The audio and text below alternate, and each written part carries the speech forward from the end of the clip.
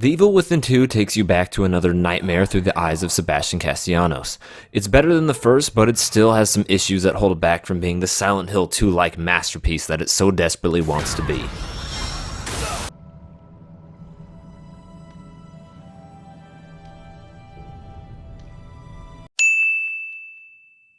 The game takes place a few months after the first one. Sebastian is taking it pretty well and only drinking heavily enough to just barely remember his daughter Lily's death. He's also looking for Mobius, the Illuminati wannabe who caused the beacon incident in the first game. Turns out, he doesn't have to look too hard because they come right to him. Apparently Lily isn't dead either and Mobius just kidnapped her right before the beacon incident. What a coincidence, right? I guess it's a small world when you're an evil large organization. Some days you're kidnapping some guy's daughter and faking her death, and then on other days you're just trapping that same guy in some sort of psychological scarring experiment. Whatever, something's gone wrong with the Nightmare Machine Mark II, of which Lily is a crucial component and she needs some saving. This all-knowing evil organization really doesn't know what the hell they're doing, reaching out to the only guy who would want to stop them. Sebastian agrees and gets sent to Union, the suburb in Lily's consciousness. Ironically enough, Union is falling apart. Hold on. You're in a subconscious suburb that's been twisted to all hell, looking for a girl named Lily. Jesus, no one told me I was playing the HD remake of Psychonauts. Looks pretty good. I am the milkman. My milk is delicious. Special delivery today. Believe it or not, The Evil Within 2 has been put together more coherently than the first game. The beginning chapters are so rushed and discombobulating that the game can't even set up a good atmosphere. You know, that thing absolutely crucial for a good horror game. However, once you get to Union, the game slows down and really comes into its own. You'll meet survivors and take on superpowered psychopaths as you search for your daughter. A soldier would have taken the safety off.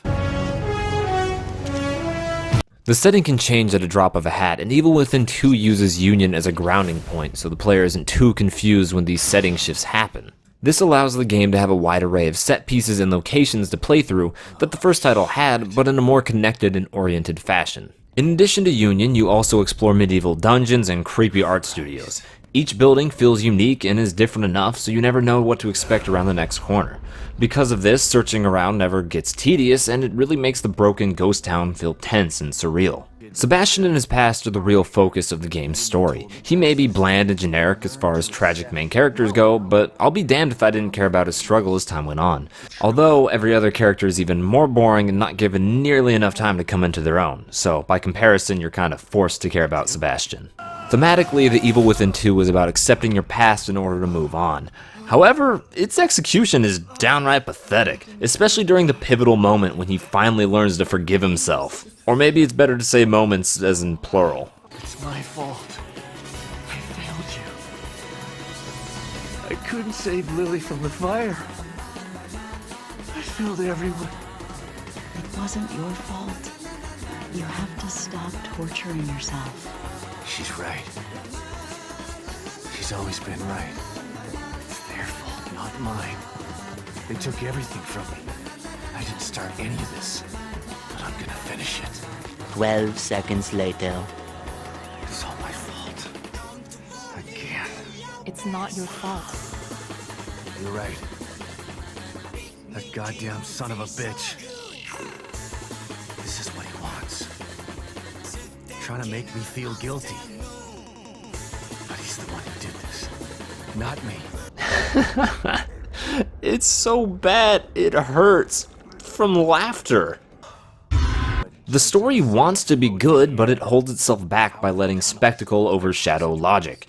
It even commits a cardinal sin of writing when Sebastian calls out something that doesn't make any sense, and you're told, yeah, pretty much. Just don't think about it. Any sense?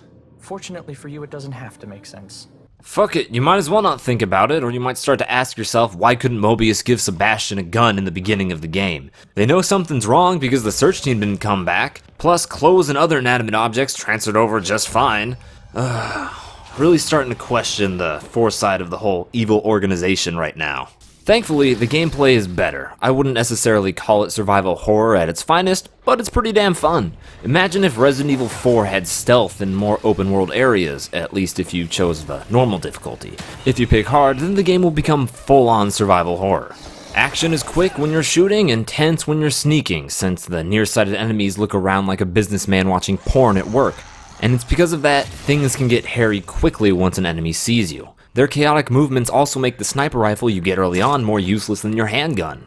The enemies are called the Lost. They're not zombies, but most act exactly like zombies. Bosses are a little bit more interesting, but I think there's really only 2 true boss fights, and the others that you thought were bosses turn out to be more common enemies. However, this really doesn't matter because... yeah, the enemies are fucking retarded. You can literally go up to one of the tougher enemies, introduce him to US prison rules, and run away. He'll forget about it pretty quickly. This makes stealth too good of an option with how bad the enemy AI is. Am I abusing the game's mechanics? You bet your ass I am, but you know what they say. Remember, kids, a smart man knows when it's time to run like a little bitch! Interestingly enough, the Oblivious AI also limits your stealth options. You can use bottles to distract or lure enemies the Last of Us style, except they'll barely notice it, and it's better to just recycle your empty bottles straight into the enemy's face. Also, the cover system is ass, but I honestly can't say it led to any frustrating deaths because, you know, running away. Enemies can be threatening in swarms, but what does that matter when you can just hide in a bush or behind a car? Don't get me wrong, the combat is still fun. It's just easy to abuse. You're heavily incentivized to kill everything that moves, and even some things that don't move. Enemies don't respawn, and each of them drop upgradable material or a crafting item, so there's a real nice sense of progression. The Evil Within 2 manages to include open world areas in a horror setting remarkably well. The game segments some of its linear story-based areas with larger chunks of union.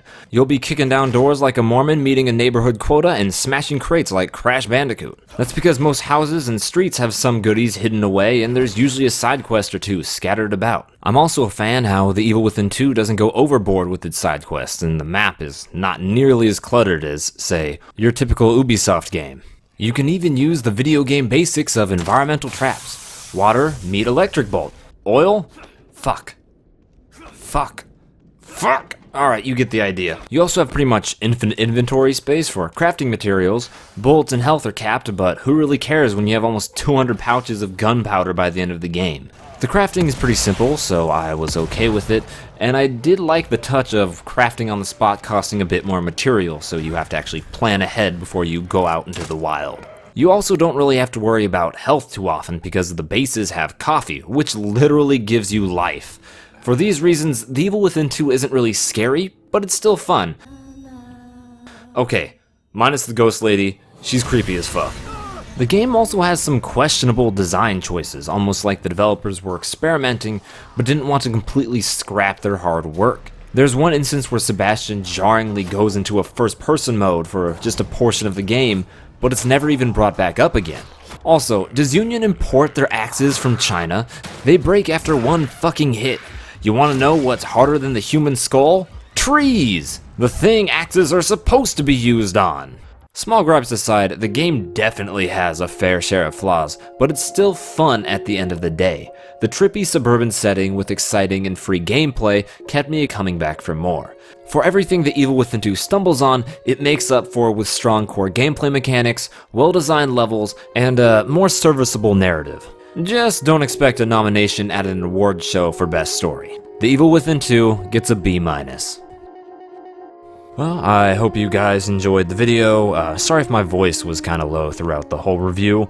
I'm coming off of a sore throat, so this is the most comfortable tone that I can keep it at. This will likely be the last review of the year for me, as I've got all the holiday craziness as everyone else does, but I do have a 100 subscriber special to work on too, so you can look forward to that. Anyway, later.